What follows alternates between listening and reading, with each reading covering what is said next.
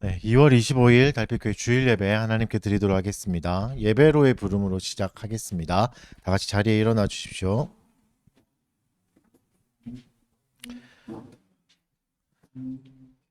너희 권능 있는 자들아 영광과 능력을 여호와께 돌리고 돌릴지어다. 여호와께 그의 이름에 합당한 영광을 돌리며 거룩한 옷을 입고 여호와께 예배할지어다. 아멘. 영광송 찬송하겠습니다. 찬송가 80장 찬송하겠습니다. 천지에 있는 이름 중 귀하고 높은 이름, 주 나시기 전 지으신 구주의 이름 예수. 주 앞에 내가 엎드려 그 이름 찬송함은 내 귀에 들리 말씀. 귀하신 이름 예수. 주 십자가에 달릴 때 명패에 쓰인 대로 전유대인의 왕이요 곧 우리 왕이시라. 주 앞에 내가 엎드려 그 이름 찬송함은 내 귀에 들린 말씀 중 귀하신 이름 예수. 지금도 살아 계셔서 언제나 하시는 일, 나 같은 죄인 부르사 참 소망 주시도다. 주 앞에 내가 엎드려 그 이름 찬송함은 내 귀에 들린 말씀 중 귀하신 이름 예수. 주 예수께서 영원히 어제나 오늘이나 그 이름으로 우리에게 참 복을 내리신다. 주 앞에 내가 엎드려 그 이름 찬송함은 내 귀에 들린 임씀 중 귀하신 이름 예수. 아멘. 다 같이 사도신경으로 신앙 고백하겠습니다. 전능하사 천지를 만드신 하나님 아버지를 내가 믿사오며 그 외아들 우리 주 예수 그리스도를 믿사오니 이는 성령으로 잉태하사 동정녀 마리아에게 나시고 본디오 빌라도에게 고난을 받으사 십자가에 못 박혀 죽으시고 장사한 지 사흘 만에 죽은 자 가운데서 다시 살아나시며 하늘에 오르사 전능하신 하나님 우편에 앉아 계시다가 저리로서 산 자와 죽은 자를 심판하러 오시리라. 성령을 믿사오며 거룩한 공회와 성도가 서로 교통하는 것과 죄를 사하여 주시는 것과 몸이 다시 사는 것과 영원히 사는 것을 믿사옵나이다. 아멘. 자리에 앉아 주십시오. 십계명 교독하겠습니다. 출애굽기 20장 1절에서 17절 말씀을 교독하겠습니다. 주보에 나온 십계명 교독을 보시면 됩니다. 굵은 글씨를 여러분이 먼저 읽어주시고 짝수를 제가 읽겠습니다. 홀수를 여러분이 읽어주시면 됩니다. 시작. 나는 너를 애굽 땅 종되었던 집에서 인도하여 낸 내 하나님 여호와니라. 너를 위하여 새긴 우상을 만들지 말고 또 위로 하늘에 있는 것이나 아래로 땅에 있는 것이나 땅 아래 물속에 있는 것에 어떠한 형상도 만들지 말며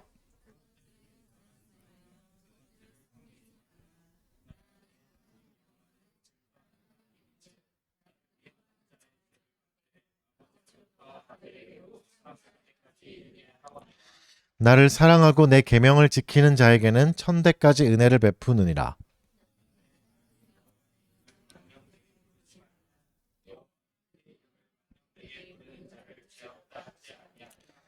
안식일을 기억하여 거룩하게 지키라. 일곱째 날은 내 하나님 여호와의 안식일인즉 너나 내 아들이나 내 딸들이나 내 남종이나 내 여종이나 내 가축이나 내 문 안에 머무는 객이라도 아무 일도 하지 말라.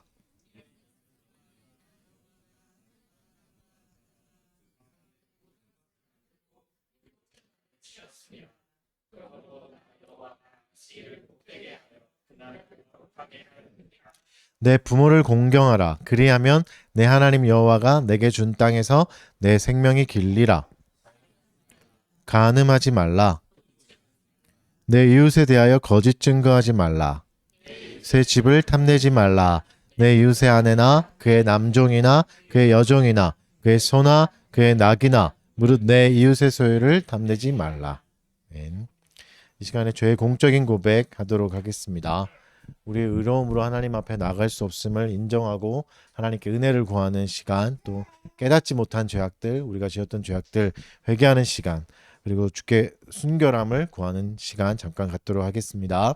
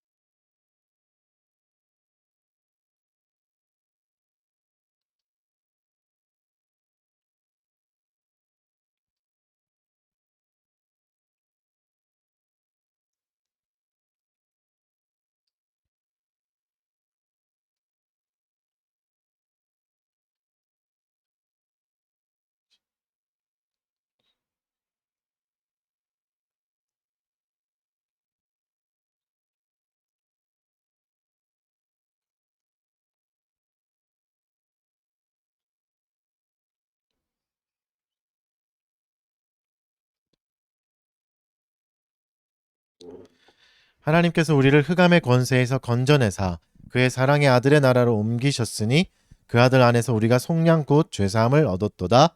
아멘. 감사 찬송하겠습니다. 자리에 일어나셔서 찬송하겠습니다. 시편 찬송가 19장 시편 8편으로 찬송 올려드리겠습니다.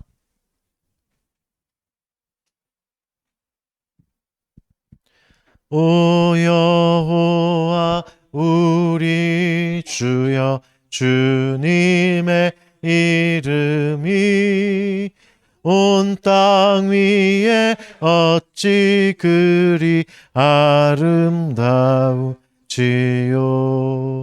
주의 영광 하늘 위에 높이 올리시고 주의 대저 원수들을 잠잠케 하시네.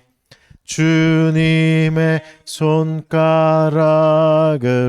만드신 하늘과 베푸신 달과 별들을 내가 봅니다.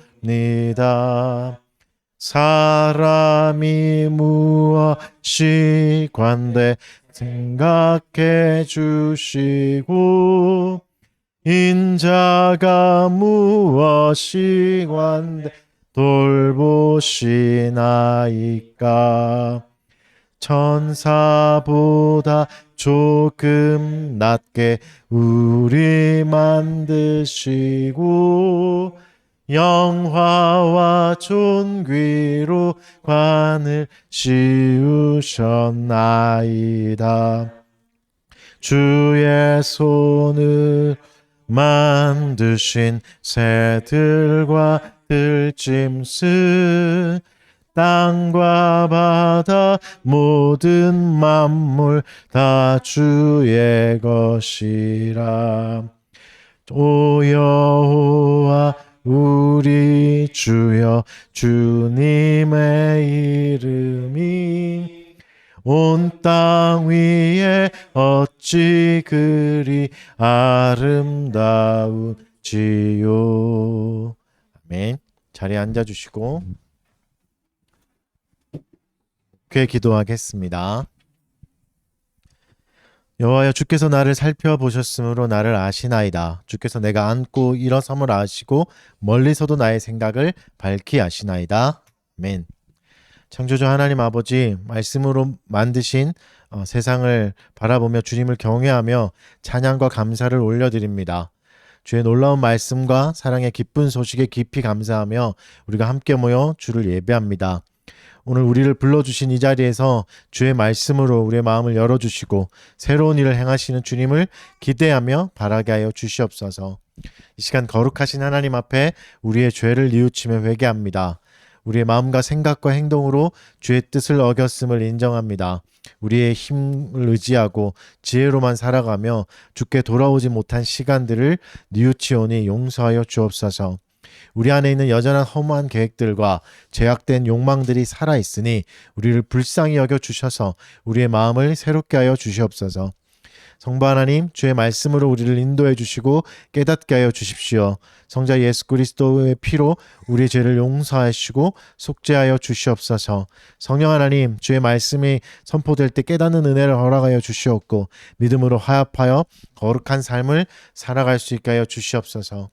그리스도 안에 하나 된 모든 공교회를 위해 기도드립니다. 고난 가운데 있는 교회들을 지켜주시고 모든 교회가 건강하게 설 수 있게 하여 주시옵소서.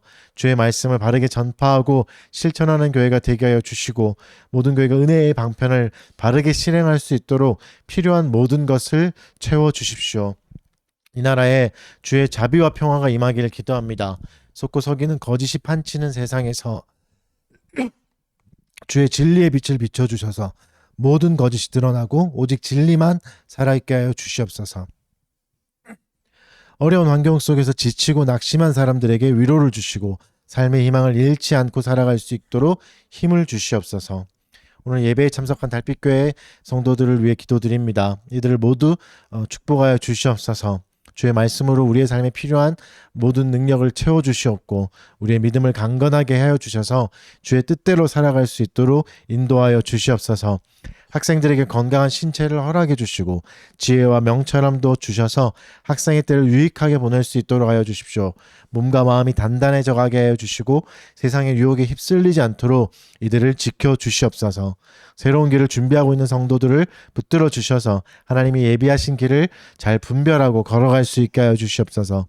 우리의 모든 필요를 아시는 주님께 우리의 소원을 아뢰게 하여 주시고 날마다 더 주님을 의지하는 달빛교회 회원들이 되게 하여 주시옵소서.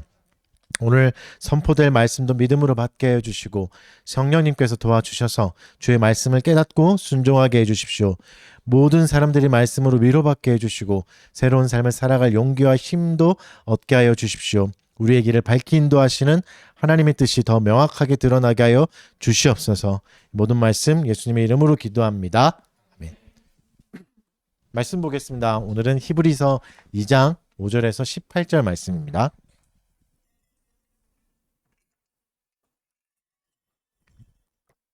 히브리서 2장 5절에서 18절 말씀.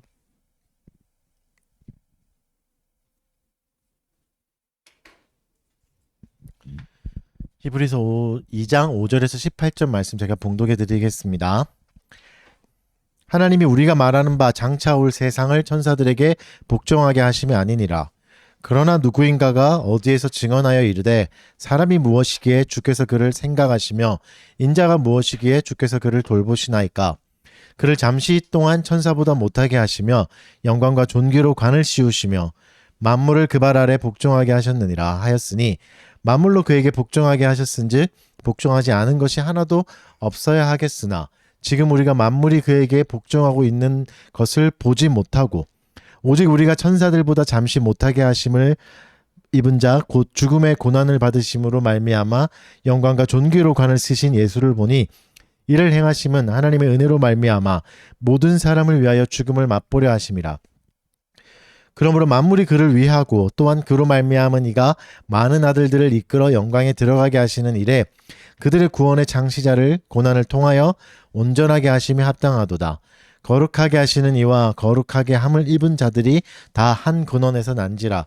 그러므로 형제라 부르기를 부끄러워하지 아니하시고 이르시되 내가 주의 이름을 내 형제들에게 선포하고 내가 주를 교회 중에서 찬송하리라 하셨으며 또다시 내가 그를 의지하리라 하시고 또다시 볼지어다 나와 하나님께서 내게 주신 자녀라 하셨으니 자녀들은 혈과 육에 속하였음에 그도 또한 같은 모양으로 혈과 육을 함께 지니심은 죽음을 통하여 죽음의 세력을 잡은 자 곧 마귀를 멸하시며 또 죽기를 무서워함으로 한평생 매어 종노릇하는 모든 자들을 놓아주려 하심이니 이는 확실히 천사들을 붙들어 주려 하심이 아니요 오직 아브라함의 자손을 붙들어 주려 하심이라.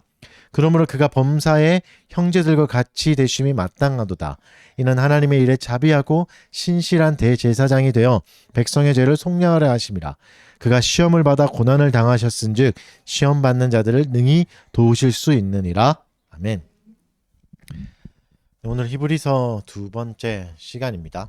우리 1장부터 앞에 살펴봤던 2장 4절까지 내용을 한 번 더 묵게 보면 결국은 2장 4절이 주제였죠.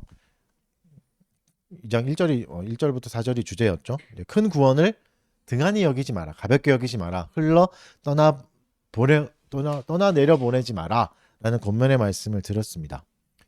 우리의 삶을 좀 돌아보면 마치 망망대해에 나가 있는 배와 같잖아요. 그래서 갑자기 파도를 만날 수 있고 생각지 않은 파도를 만날 수 있고 흔들릴 수 있습니다. 아무리 대단한 배라도 약해질 수 있고 흔들릴 수 있습니다. 그러나 두려워하지 않아도 될 것이 히브리서를 통해서 우리는 위대한 선장이 되시는 예수 그리스도를 발견하게 됩니다. 만나게 되는 거죠. 그리고 그분을 바라보며 의지할 때 주께서 우리를 안전한 항구로 인도하실 거라는 확신과 안심 가운데 거할 수 있게 됩니다. 이게 히브리서의 목적이겠죠. 히브리서는 고난 가운데 있는 성도들에게 위로를 주고 계속 그 길을 갈 수 있는 힘을 주는 성경입니다. 하나님이 이걸 통해서 우리에게 그 일을 하고 싶으신 거죠. 또 하나님의 말씀을 붙잡고 예수 그리스도를 따라갈 때 고난 속에서도 믿음을 잘 지키면서 주를 따라갈 수 있습니다. 그래서 히브리서는 단순히 위로만 주는 것은 아닙니다. 괜찮다 뭐 이렇게 말만 하는 게 아니라 하나님이 원하시는 삶을 살아갈 수 있도록 이끌어주는 나침반과 같은 역할을 합니다. 여기로 가야 된다. 이곳으로 계속 가야 된다. 이것이 맞다라고 계속 말씀해 주고 계십니다. 또 오늘 본문은 특히 시편을 중심으로 시편 8편을 중심으로 그리스도의 사역을 이제 보여주십니다. 말씀해 주십니다. 8편 우리가 아까 찬송했던 내용이 시편 8편이잖아요. 다윗을 통해서 하나님 우리에게 주신 그 감동적인 시편이 어떻게 예수 그리스도를 가리키는가 히브리서를 통해서 한번 살펴봤으면 좋겠고 또 그리스도 안에서 누리는 놀라운 구원에 대해서 한번 탐구할 것입니다. 그래서 마치 어두운 바다를 비추는 등대처럼 오늘 말씀은 예수 그리스도를 통해서 우리에게 희망과 용기를 주시는 부분입니다. 그래서 오늘은 히브리서와 시편 8편이라는 두 개의 나침판을 가지고 예수 그리스도를 만나는 시간을 가져보도록 하겠습니다. 함께 말씀을 탐구하며 그리스도를 바라보는 믿음을 좀 굳건히 하고 하나님이 원하시는 삶을 살아가도록 한번 나아가 보도록 하겠습니다. 본문은 이제 들어가면 우리 그리스도를 가르쳐 주십니다. 본문이 말씀하는 그리스도, 설명하는 그리스도를 세 가지 명제로 요약해 보면 다음과 같습니다. 예수는 우리의 형제다. 내용이 있고 예수는 구원의 창시자다. 그리고 예수는 우리의 대제사장이다. 이런 대제를 요약해 볼 수 있습니다. 하나씩 살펴보도록 하겠습니다. 예수는 우리의 형제다라는 대제를 보면 우리에게 형제가 생긴 거죠. 그러니까 그리스도께서 우리에게 단순히 가까이 오신 게 아니라 친밀한 관계를 맺으시는 게 아니라 우리와 같은 형제가 되어주셨다. 형제가 되셨다라고 말씀하고 계십니다. 오늘 본문에서는 천사보다 조금 못하게 되었다라는 표현으로 그것을 말씀해 주고 계신데 조금 못하게 되었다는 의미에 이제 잠시라는 의미도 있습니다. 그러니까 원래는 천사보다 귀했다는 거죠. 조금 못하게 됐고 잠시 못하게 된 거니까 훨씬 더 귀한 존재였으나 잠시 인간이 되셨다. 이런 의미로 받아볼 수 있습니다. 근데 그게 잠깐만 인간이 되셨다. 이런 의미는 또 아닙니다. 완전한 사람이 되셨죠. 완전한 사람이 되셨기 때문에 잠깐만 인간이 되었다고 말할 수는 없습니다. 그러니까 예수님은 천사보다 우월한 하나님이셨지만 그것을 버리고 영원한 인간이 되셨다. 그렇게 이제 설명하고 있는 것이죠. 그럼 예수가 사람이 된 것이 우리에게 어떤 의미가 있는가? 형제가 되어주시는 게 우리에게 어떤 의미가 되는가? 그러니까 잠시라면 잠깐 체험 정도만 하신 게 아닌가? 그렇게 생각할 수 있습니다. 실제로 이제 그렇게 생각하는 이제 신학의 부류들도 있긴 하지만 그것은 오해입니다. 예수님이 인간 체험을 하기 위해서 죄인 체험을 하기 위해서 이 땅에 오신 게 아닙니다. 본문의 말씀대로 형제가 되기 위해서 이 땅에 오신 겁니다. 그러니까 잠시 체험하는 게 아니라 완전히 존재가 바뀌었다고 말씀하고 계시는 거죠. 형제는 어떤 존재입니까? 형제는 한 혈통 아래서 동일한 부모님을 가진 존재가 형제잖아요. 그러니까 부모님이 같은 거죠. 그러니까 완전히 타락하여서 하나님과의 교제에서 끊어져 버리고 완전히 멀어져 버린, 타락해버린 우리를 하나님의 자녀로 삼아주시기 위해서 하나님의 아들이 인간이 되신 겁니다. 그래서 예수님의 부모가, 예수님의 아버지가 우리가 형제가 됐으니까 우리의 아버지가 되는 거죠. 그래서 그렇게 형제가 되게 해주신 거죠. 우리의 형제가 되셔서 우리를 붙들어 주시고 완전한 멸망과 소멸의 두려움에서, 실패의 걱정에서 건져내서 우리를 붙들어 주십니다. 그렇죠? 형제란 그런 거죠.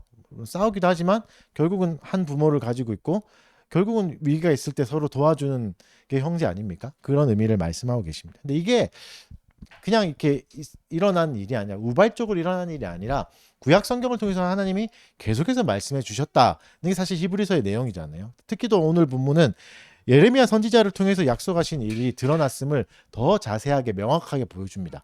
예레미야 30장 21절 말씀에 이런 말씀이 있습니다. 제가 읽어드릴게요. 그 영도자는 그들 중에서 나올 것이요 그 통치자도 그들 중에서 나오리라. 내가 그를 가까이 오게 하리니 그가 내게 가까이 오리라. 참으로 담대한 마음으로 내게 가까이 올 자가 누구냐? 여호와의 말씀이니라. 영도자가 나온다고 하죠. 구원자가 나올 건데 어디서 나온다고 하죠? 하늘에서 뚝 떨어지는 게 아니라 그들 중에서 나올 거다. 너희 중에서 나올 거다 라고 말씀하고 계시고, 담대한 마음으로 내게 올 수 있다 이렇게 말씀해 주고 계신 거죠. 약속인 거죠. 그래서 우리 중에서 예수 그리스도가 나오셔서, 사람이 되셔서 나오셔서 우리에게 가장 적합하고 올바른 중보자가 되신 겁니다. 그러니까 이 이야기를 들을 때 우리가 오해하지 말아야 될 부분들이, 이제 소설 이야기를 하나 하자면 박완서 소설가가 처음 썼던 이제 소설집에 나온 이야기 중에 하나가 유명한 소설이 있잖아요.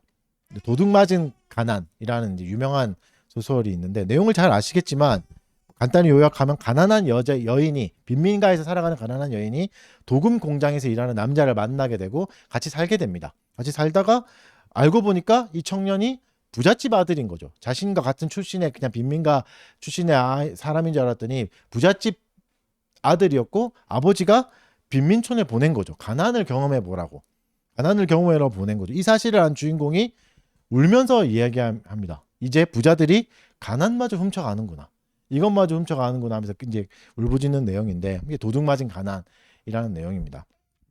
그러니까 예수님을 이 정도로 생각하시면 안 됩니다.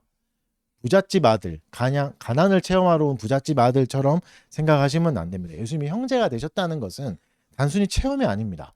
부잣집 도련님은 목적이 뭐였죠? 인간의 애달픔을 경험하고 싶어서 잠깐 가난해지는 거였지만, 예수님은 잠깐 가난해지는 게 아니었습니다. 영원한 인간이 되신 거잖아요. 부잣집 도련님은 잠시였지만 예수님은 영원성을 가지고 있습니다. 영원히 인성과 신성을 동시에 가지고 계십니다. 그래서 부활하신 뒤에 어떻게 하셨죠? 손에 못자국을 없애지 않으셨습니다. 충분히 없앨 수 있고, 그죠? 창자국, 모든 상처들을 없애지 않고 그대로 그 모든 것을 그대로 가지고 계시는 거죠. 인성을 동시에 지금도 가지고 계시는 겁니다. 그러니까 잠깐 체험과는 완전히 다른 거죠. 그리고 또 중요한 차이가 뭐죠? 예수님은 자기를 위해 인간이 되신 게 아닙니다. 부잣집 아들은 자기를 위한 거죠. 가난도 체험해서 내가 풍성한 사람이 돼야지, 이런 모든 지식에 잘 알고 있는 사람이 돼야지, 이게 아니라 뭐였죠? 우리를 위한 거죠. 전적으로 우리를 위한 겁니다. 그래서 최종적으로는 뭐를 이루신 거죠? 하나님의 영광이라는 모든 인간의 궁극적인 목적을 이루신 겁니다. 우리를 위해서 오신 건 맞지만 더 궁극적인 목적은 하나님의 영광을 위해서 오신 거잖아요. 그래서 하나님의 영광을 이루시게 된 겁니다. 예수님은 좀 괜찮은 신이 되기 위해서 오신 게 아닙니다. 좀 더 나은 신이 되기 위해서 오신 게 아니라 구원을 이루시기 위해서 오신 겁니다. 그래서 하나님은 그분을 오늘 본문을 통해서 뭐라고 말씀하시죠? 구원의 창시자다, 구원을 만든 존재다라고 말씀하고 계십니다. 그래서 자연스럽게 두 번째를 보면 시편 8편을 다시 한 번 더 보게 됩니다. 시편 8편이 그리스도를 계속해서 설명하고 있고, 그것을 시편 8편을 히브리서가 오늘 본문이 해석해 주고 있습니다.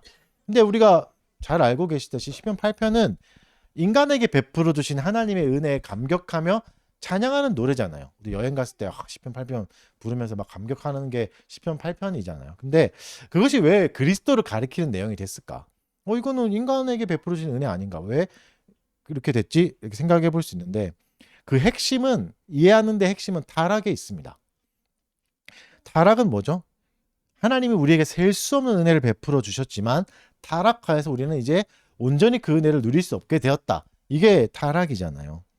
그러니까 온갖 아름다운 것들, 하나님이 베풀어 주신 모든 것을 시편 8편에 찬양하는 모든 것을 인간은 이제는 자기를 추구하는 데 사용할 뿐입니다.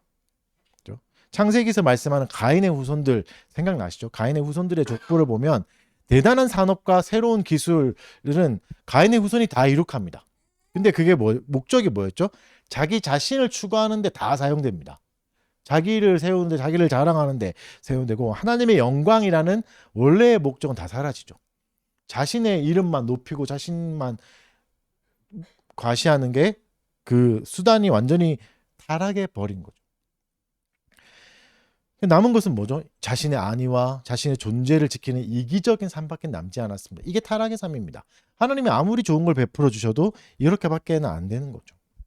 그렇다면 우리는 어떻게 원래의 목적으로 돌아갈 수 있는가? 우리에게 다른 존재가 필요합니다. 중보자는 존재가 필요한 거죠. 이게 구약이 계속해서 말씀하고 계시는 내용입니다. 약속하시는 내용이죠. 중보자가 계셔야, 중보자가 오셔서 하나님과 우리 사이를 화해시켜 주셔야 우리가 원래의 목적대로 하나님의 영광을 추구하면서 살 수 있다. 이게 구약 전체가 말하는 바다라고 말씀하고 계시는 거죠. 그래서 그리스도가 구원의 창시자가 된 겁니다. 구약에 그렇게 말씀하시는 중보자가 그리스도다. 그리스도가 구원의 창시자가 되셨다라고 말씀하고 계시는 거죠. 그는 인간이 되셔서 인간이 받는 모든 유혹과 시험과 고난을 다 받으시고 마지막에는 어떻게 되셨죠? 영광으로 관을 쓰셨습니다. 죽음으로 영광이라는 관을 쓰게 되신 거죠. 사실 여러분, 죽음은 실패이자 멸망입니다. 우리도 흔하게 얘기하잖아요. 죽음은 다 끝 아닌가. 그래서 뭐 죽을까봐 두려워서 이제 일하게 되고 그렇게 되지 않습니까? 근데 오늘 본문에서 그것을 사실 이야기하고 있는데, 천사는 사실 죽지 않습니다. 오히려 천사는 죽지 않아요. 근데 천사도 죽지 않는데 신이 어떻게 죽을 수 있는가? 그렇다면 천사보다 약한 존재가 아닌가? 이렇게 반문해 볼 수 있는 거죠. 여기서 반전이 일어납니다. 약한 신이, 천사보다도 못해진 신이 죽었으나 그 죽음으로 인해서 구원을 만들어 내시는 거죠. 원래는 인간이 받아야 될 죄악을 그리스도가 대신 담당함으로 죄인인 인간이 구원을 얻었습니다. 이 과정을 10절은 이렇게 표현합니다. 고통을 통하여 온전하게 하셨다. 온전하게 하셨다고 말이죠. 이 말은 무슨 말이죠? 신이 돼서 약하게 돼가지고 어쩌다가 계략에 빠져서 어쩌다가 고난을 당하게 되신 게 아니라 고난이 목적이었다. 일부러 고난을 취하셨고 그 고난을 사용하셔서 통하여 영광을 이루셨다. 영광을 이루셨다라는 말씀이죠. 그러니까 그리스도는 죽음이라는 실패를 재료로 삼아서 구원을 만들어내셨다. 이렇게 말씀하고 계신 거죠.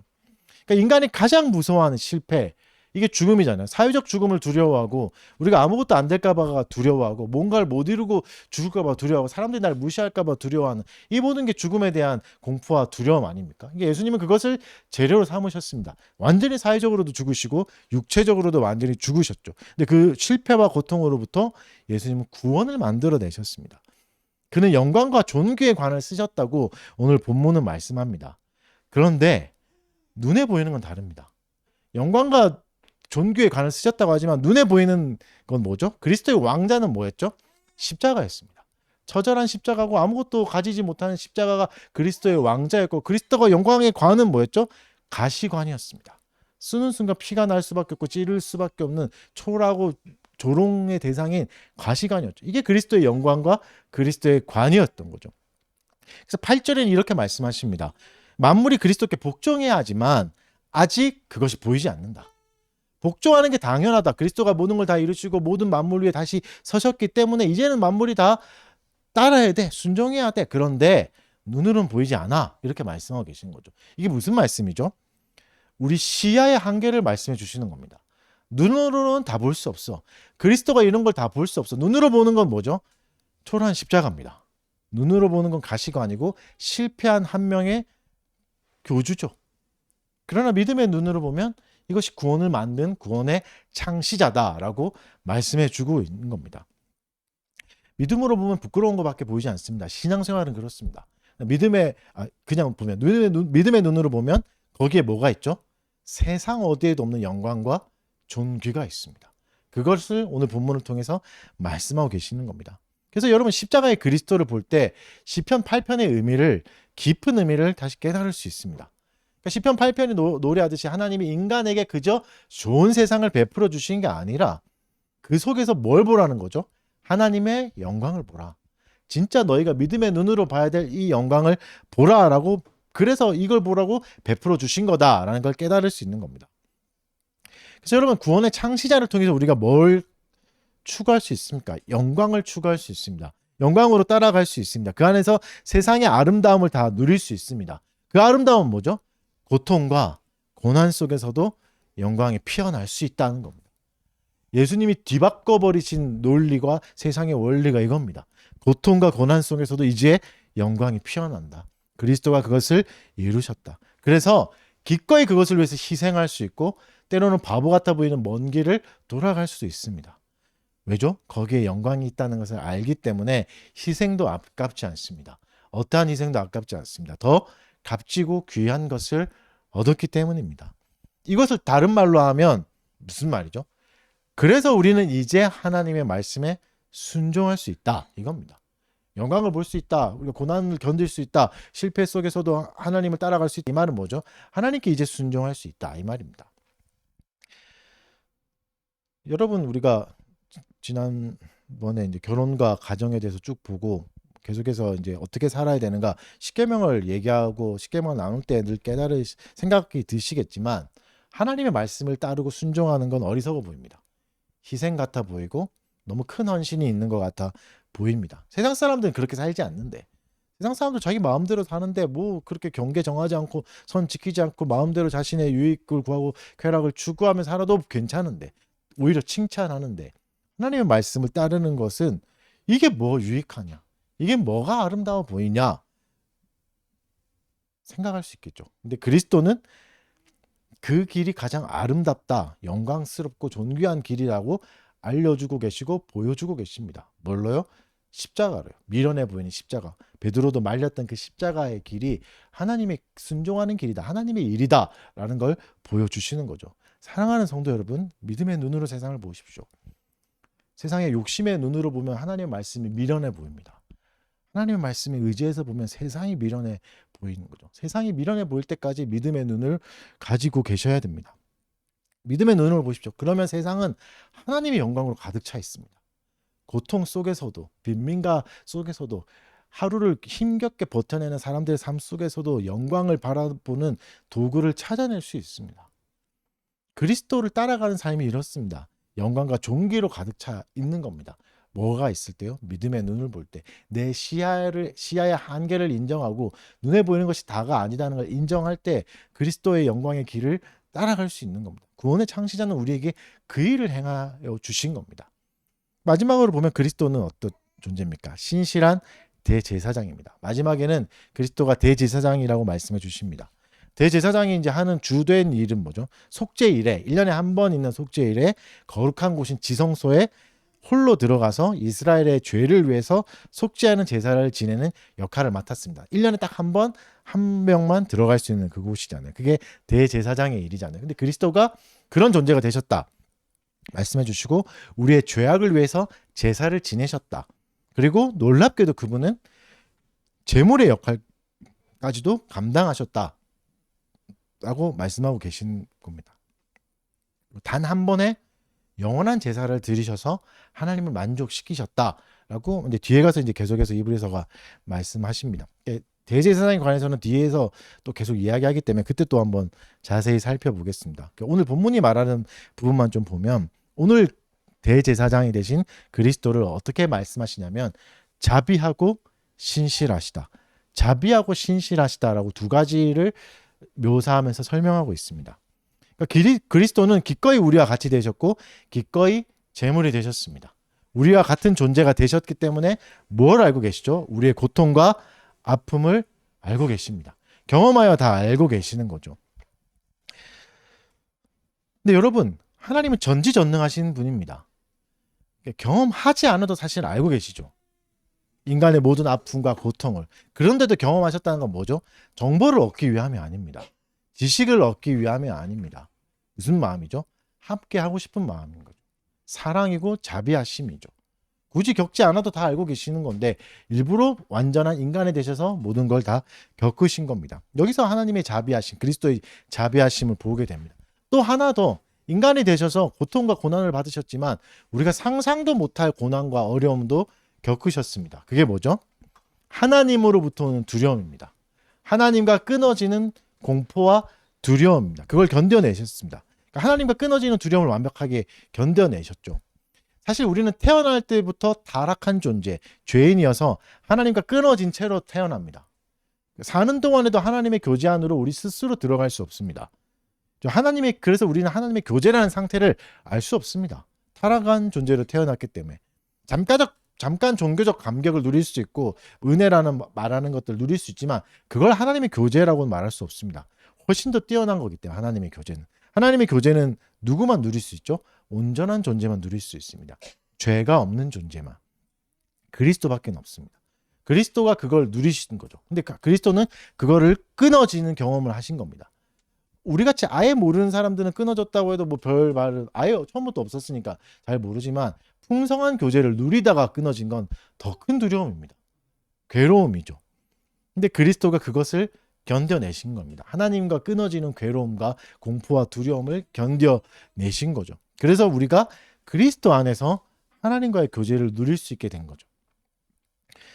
또 신실함을 보면 그리스도는 자비하심을 포기하지 않고 끝까지 유지하십니다. 신실함. 이게 얼마나 어렵고 힘든지 우리는 너무 잘 알고 있지 않습니까? 내 몸으로 낳은 자식도 자식에게도 한없는 자비를 베풀기는 어렵습니다. 형제라고 해도 한없는 자비를 베풀기 어렵습니다. 아무리 사랑하는 존재라고 해도 한없는 자비를 끝까지 보여주기는 어렵습니다. 이 땅에 태어났던 어떤 종교 지도자도 끝까지 자비함을 보이지 못했습니다. 하나님과 친구처럼 대화했던 모세도 어떻죠? 분노했습니다. 자비함에 실패했습니다. 예수님은 또 이것을 이렇게 말씀하십니다. 요한복음 5장 45절에서는 내가 너희를 아버지께 고발할까 생각하지 말라. 너희를 고발하는 이가 있으니 곧 너희가 바라는 자 모세니라. 야, 내가 지금 하나님 앞에 가까이 가서 너희 고발하는 거 아니다. 이렇게 가까이 체험해서 너의 죄를 내가 다 알아서 속속들이 하나님께 고발할 거라 생각하지 마라. 그건 모세가 했던 일이다. 율법에 했던 일이다 라고 말씀해 주고 계시는 거죠. 모세는 실제로도 어떻게 했죠? 분노함으로 이스라엘을 책망했습니다. 이스라엘 백성을 책망했습니다. 그래서 자비로움에 실패했습니다. 온유함이 이 땅에서 최고다고 칭찬받았던 사람입니다. 모세가. 가장 온유한 사람이다 라고 성경에도 공식으로 인정해 줄 정도의 사람이 실패했습니다. 누구도 자비로움을 끝까지 가져갈 수는 없습니다. 하지만 그리스도는 어떻다는 말씀하시죠? 자비로움에 실패하지 않으신다. 이 자비로움을 끝까지 가져가실 수 있는 유일한 존재다. 끝까지 우리를 이해하시고 대제사장이 되셔서 기도해 주신다. 지금도 기도해 주시고 지금도 하나님의 우편에 앉아 계셔서 하시는 일이 뭐죠? 우리를 위로해 주시고 인도해 주시는 겁니다. 대제사장의 일을 그만두지 않고 신실하게 자비로움과 신실함을 가지고 일하고 계십니다. 그래서 오늘 본문이 말하는 궁극적 결론은 이겁니다. 무엇을 주신 거죠? 그리스도가? 자유를 주셨습니다. 자유를 주셨습니다. 죽기를 무서워하는 마귀에게 무서워서 마귀에게 종노릇하는 우리를 자유케 하신 거죠. 율법의 죄책감에서 해방돼서 하나님께 자유롭게 순종할 수 있습니다. 그 전까지는 법을 어길까 두려워서 법 어기면 혼나니까 따라갔던 거라면 이제는 스스로 선택해서 이게 최고의 길이니까, 이게 영광스러운 길이니까, 이게 가치 있는 삶이니까 나는 이걸 택합니다 라는 자유를 주신 거죠. 이게 자유입니다. 그럼 자유가 뭡니까? 나의 생각을 가지고 의지를 가지고 스스로 판단해서 하나님의 말씀을 해석하고 따르는 것이 자유입니다. 그게 자유죠. 그러니까 어떤 권세에도 매이지 않아도 됩니다. 자유를 가진다는 건 오해하지 마시고 마음대로 해도 된다는 건 아니죠. 마음대로 해도 된다. 내가 해석 마음대로 해도 돼. 이게 아니죠. 자유는 누구에게 주어집니까? 더 성숙한 사람에게 주어집니다. 더 성숙한 사람에게 주어집니다. 아, 너는 그냥 가만히 놔둬도 공부 열심히 하는구나. 알아서 해. 이렇게 되는 거죠. 너는 도서관에 가둬놔야지 공부하는구나. 이러면 자유를 가질 수 없어요. 아직은 미성숙한 거잖아요. 근데 자유를 주셨다는 건 우리를 성숙하게 하셨다는 겁니다. 자유가 있는 사람이 성숙한 성도입니다. 자기 스스로 삶을 만들어 가거나 자기 스스로 이 순종의 길을 개척해 가지 못하는 사람을 자유인이라 하지 않습니다. 그에게는 자유가 주어지지 않습니다. 아직 어리니까. 죄인에게는 자유가 주어지지 않죠. 죄인은 감옥에 있어야 되잖아요. 자유가 주어지지 않잖아요. 근데 하나님이 우리에게 자유를 주신 겁니다. 그 자유가 뭐라고요? 스스로 생각할 수 있고 자유롭게 결정할 수 있는 자유. 뭐에 관해서? 하나님께 순종하는 하나님의 말씀에 대해서. 그래서 여러분, 모세로 대표되는 율법에 갇히지 마십시오. 율법적인 생활에 갇히지 마십시오. 율법에 갇히지 마십시오. 그게 무슨 말이죠? 스스로 결정해서 따르십시오. 스스로 결정해서 순종하셔야 됩니다. 예를 들면 성경에서 말하는 가장 좋은 예가 11조에 관한 예죠. 11조가 있었으나 이제는 뭐라고 말하죠? 분량에 매이지 말고 마음에 정한 대로 해라. 자유를 주신 겁니다. 전엔 10분의 1을 내라. 10분의 1로 레위인을 살펴라. 이거였지만 아직 미성숙하니까 이제는 너희가 자유인이니 그리스도 안의 자유인이니 정한 대로 해라. 다만 뭐라죠? 인색하게 하지 말고 억지로 하지 마라. 그건 자유인이 아니다. 라고 말씀해 주시는 겁니다. 이런 선택을 하지 못한다면 11조라는 분량에 갇힐 수밖에 없는 거죠. 자유를 가지긴 아직 어린 거죠. 그리고 오늘 본문에서 말씀하는 계속 그리스도와 비교의 대상, 지난 1장에서도 비교의 대상이 되는 천사도 생각해 봅시다. 그리스도가 귀합니까? 천사가 귀합니까? 그리스도가 귀합니다. 너무 당연한 질문이죠. 하지만 의외로 우리는 천사에 끌립니다. 천사가 같은 신비로운 현상에 끌립니다. 근데 히브리서가 말씀하는 건 뭐죠? 더 신비로운 일이 일어났다. 더 신비로운 일이 일어났다. 그리스도가 사람이 되셨고 구원의 창시자가 되시고 대제사장이 된 거, 이게 진짜 신비로운 거다. 이게 놀라운 거다. 다른 거에 미혹되지 마라라고 말씀하고 계십니다. 여러분, 하나님의 음성을 들려주시고 성경을 펴는데 막 글자가 막 튀어나가지고 매지가이처럼 튀어나가지고 인도해 주셔야 일할 수 있는 게 아닙니다. 그죠? 그건 뭐죠? 아직 어린 거죠. 물론 하나님이 말씀하실 수 있다 생각합니다. 음성을 들려주실 수 있고 꿈으로 보여주실 수도 있습니다. 그거는 성숙한 게 아닙니다. 하나님과 더 가까운 게 아니라 오히려 어린 거죠. 누가 자유인입니까? 스스로 말씀을 보고 해석하고 따라갈 수 있는 겁니다. 하나님의 말씀 이거라고 확신하고 갈 수 있는 거죠. 십계명 안에서. 십계명을 가정과 직장에서 적용하는 것이 내가 스스로 해야 될 일입니다. 오해하지 마시오. 성경을 마음대로 해석해도 된다 이게 아니라 인색하고 억지로 하지 않을 수 있는 해석. 하나님 우리에게 이때까지 말씀해 주셨던 그에서 그리스도로 말씀을 해석하는 모든 방법들을 익혀가는 것, 그리고 그걸 적용하는 게 자유인인 겁니다. 신비한 음성에 매여서 신앙생활을 한다면 아직 자유인이라 할 수 없습니다. 어린 거죠. 연약한 거죠. 잘 먹여주면 됩니다. 말씀을 먹여주고 잘 도와주면 되는 겁니다. 그래서 여러분, 우리에게 일어난 신비한 일은 오늘 행할 성찬을 통해서 드러납니다. 그리스도가 제정하신 성례를 통해 신비는 충분히 드러납니다. 그 이상의 신비를 구하지 마십시오. 더 놀라운 것들, 기적이 일어나는 것들도 너무 좋겠지만 그것은 그리스도가 정하신 것보다 못한 겁니다.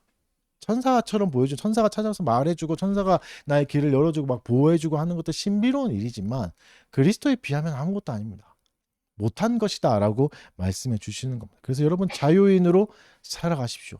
대단한 종교 지도자에게도 매이지 마십시오. 그리고 어떠한 교회에도 매이지 마십시오. 교회를 다니지 말란 말이 아니라 이 교회가, 종교적 지도자가 여러분의 자유를 주는 게 아닙니다. 내가 어떤 교회를 다닌다는 사실이 나에게 자유를 주는 게 아닙니다. 오직 그리스도의 다스림을 받고 그리스도를 따르는 사람에게만 자유가 주어집니다. 그에게 자유가 있는 것이지 이걸로 나의 어떠함을 대변하려고 한다면 자유인이 아닙니다. 그리스도가 자유하게 하신 걸 다시 자기가 억지로 매는 겁니다. 종교인에게, 교회에게, 어떤 교회에게 매게 하는 것이죠. 그리스도만이 우리 양심의 자유를 주십니다. 순종의 자유를 주십니다.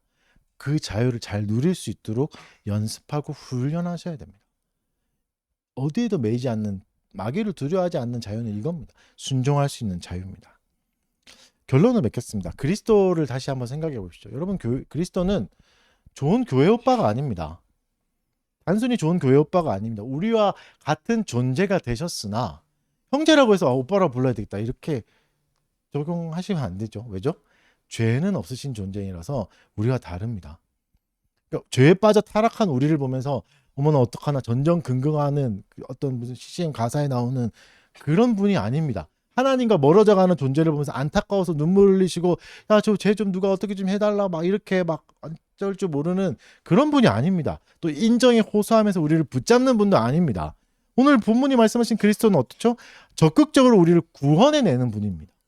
구원을 만들어내시는 분이 왜 안타까워하고 왜 전전긍긍하고 쟤를 어떻게 못해서 내가 막 슬픈데 네가 어떻게 좀 해주라 막 이렇게 하겠습니까? 우리를 충분히 구원해낼 능력이 있으시고 충분히 구원해낼 자비와 사랑도 가지고 계신 분이 그리스도입니다. 연약한 존재가 아닙니다.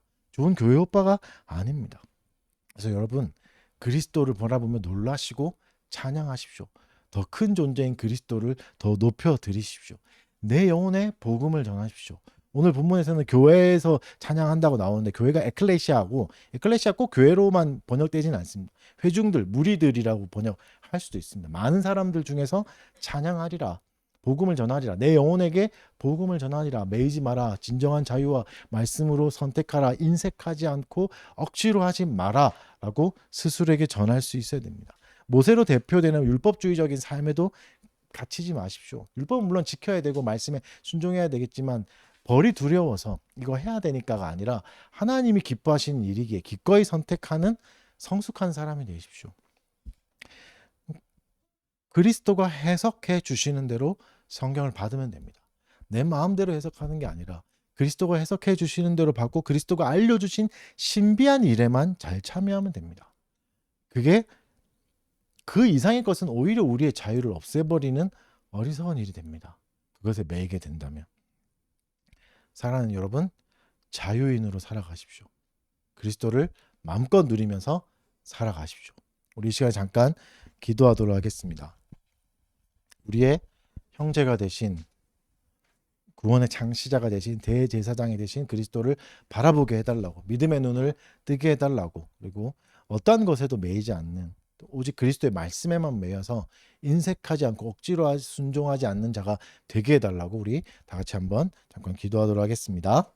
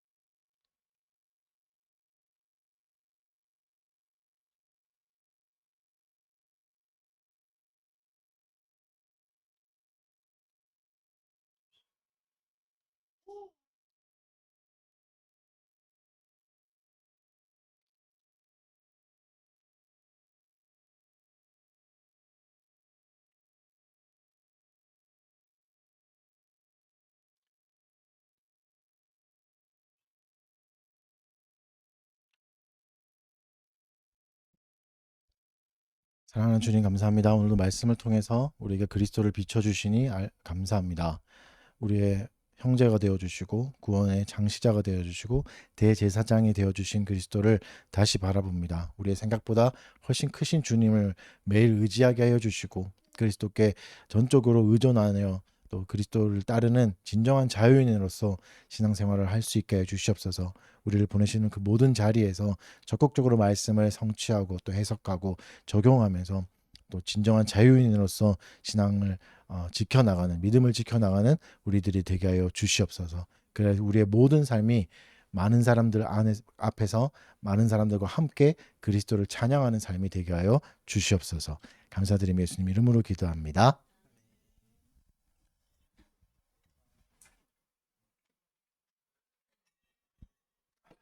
네, 이 시간에는 성찬식을 진행하도록 하겠습니다. 오늘 성찬식은 이제 회원만 참석하실 수 있습니다.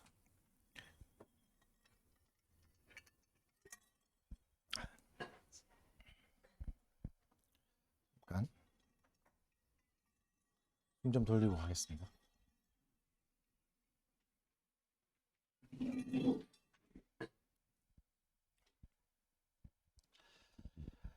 떡을 먼저 나누고 잔을 나눌 겁니다. 아까 말씀드린 대로 이쪽으로 나와 주시면 됩니다. 먼저 떡을 나누겠습니다. 떡을 나누기 전에 제가 한번 기도하도록 하겠습니다. 사랑하는 주님 감사합니다. 그리스도를 통하여 우리에게 제정하여 주신 명령에 따라서 성찬을 행하려고 합니다. 떡을 나누려고 합니다. 그리스도께서 영적으로 임재하여 주시옵고 우리의 살이 되어 주시옵소서. 우리를 또 그리스도께 더 가까이 갈 수 있게 해 주시고 한 몸이 된 존재로 느껴지는 시간이 되게 하여 주시옵소서. 감사드리며 예수님 이름으로 기도합니다. 아멘.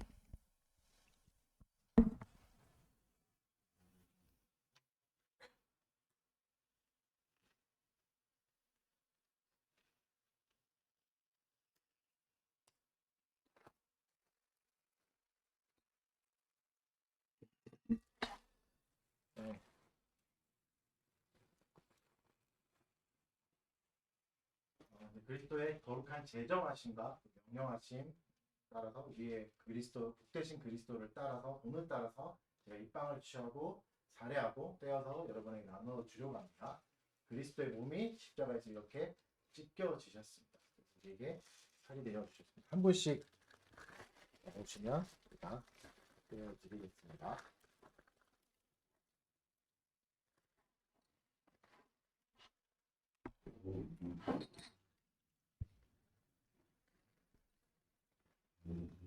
그리스도의 살입니다.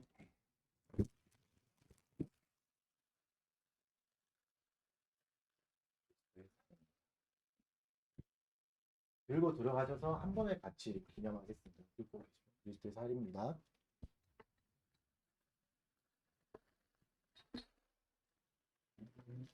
그리스도의 살입니다. 그리스도의 살입니다. 그리스도의 살입니다. 그리스도의 살입니다. 그리스도의 살입니다. 그리스도의 살입니다. 그리스도의 살입니다.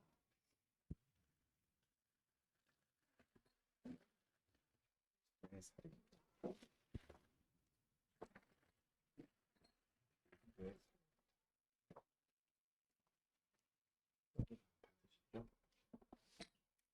함께 기념하도록 하겠습니다.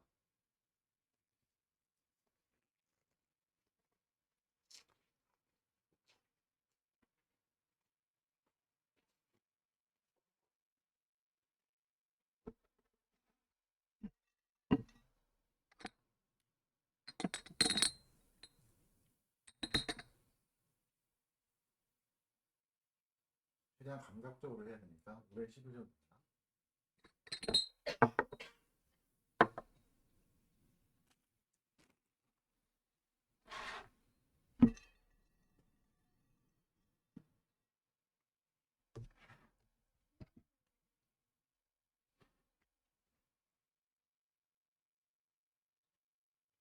이제 잔을 취하려고 합니다. 제가 잠깐 기도하도록 하겠습니다. 사랑하는 주님 감사합니다. 그리스도께서 명하여 주신 대로 잔을 나누려고 합니다. 그리스도의 피가 영적으로 임재하는 시간임을 기억하게 하여 주시고 함께 피를 나누며 그리스도의 피로 우리가 죄사함을 받았고 주 안에서 한 형제가 되었음을 기념하고 기억하게 하여 주시옵소서. 감사드리며 예수님 이름으로 기도합니다. 네, 그리스도의 제정하심과 명령하심 우리 주 예수 그리스도의 본을 따라서 제가 잔을 취해서 여러분에게 나눠 드리려고 합니다. 이 잔은 많은 죄를 사하려고 흘리신 그리스도의 피 안에 있는 새 언약입니다. 이것을 다 마시기 바랍니다. 그리스도께서 이렇게 십자가에서 피를 흘리셨습니다. 떡을 받으신 분들, 빵을 받으신 분들 한 분씩 나오셔서 참여하시면 됩니다. 나오셔서 이제 그 자리에서 기념하시면 됩니다. 그리스도의 피입니다.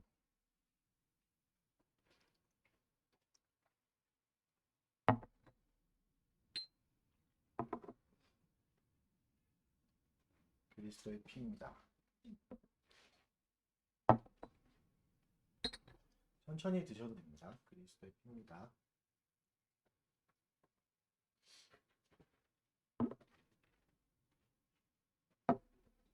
그리스도의 피입니다.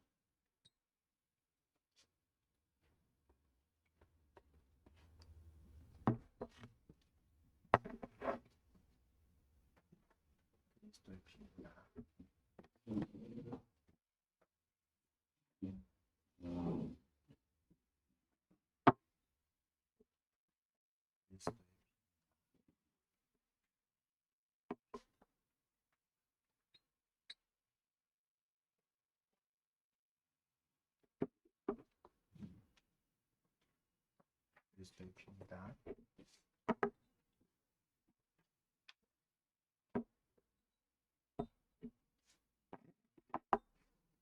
그리스도의 피입니다. 그리스도의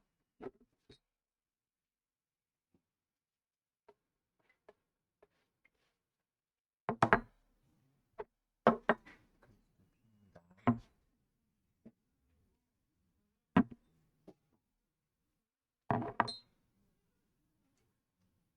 그리스도의 피입니다.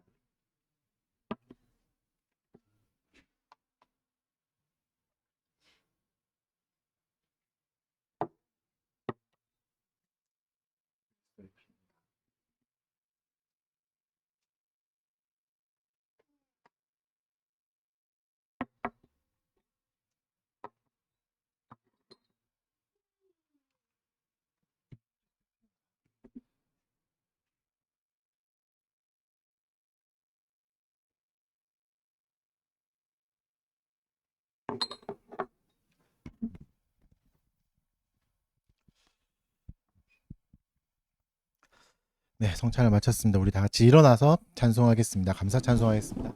시편 찬송가 32장, 시편 18편 1, 2절 말씀으로 찬양 올려드리겠습니다. 내 힘이 되신 여호와여, 내가 주를 사랑합니다. 주 나의 반석, 나의 요새, 날 건지시는 나의 하나님, 찬송 받으실 여호와여, 내가 주께 아뢰나이다.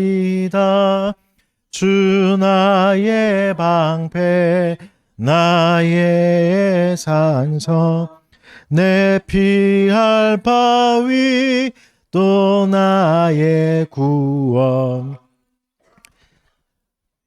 헌상 기도하겠습니다. 사랑하는 주님, 오늘 우리가 드리는 헌금과 헌신을 받아주시고 또 축복해 주셔서 감사합니다. 우리가 드리는 헌금과 헌신이 하나님의 영광을 위해서 쓰이기를 간절히 바랍니다. 하나님, 우리가 재정만 주께 드리는 것이 아니라 우리의 삶 전체를 주께 드리게 하여 주시고 또 주의 뜻에 따라 사는 삶을 더 가치 있게 여기게 하여 주시옵소서. 예수님의 이름으로 기도합니다. 네. 강복선언으로 예배 마치도록 하겠습니다. 주 예수 그리스도의 은혜와 하나님의 사랑과 성령의 교통하심이 너희 무리와 함께 있을지어다. 아멘. 네, 자리에 앉으시고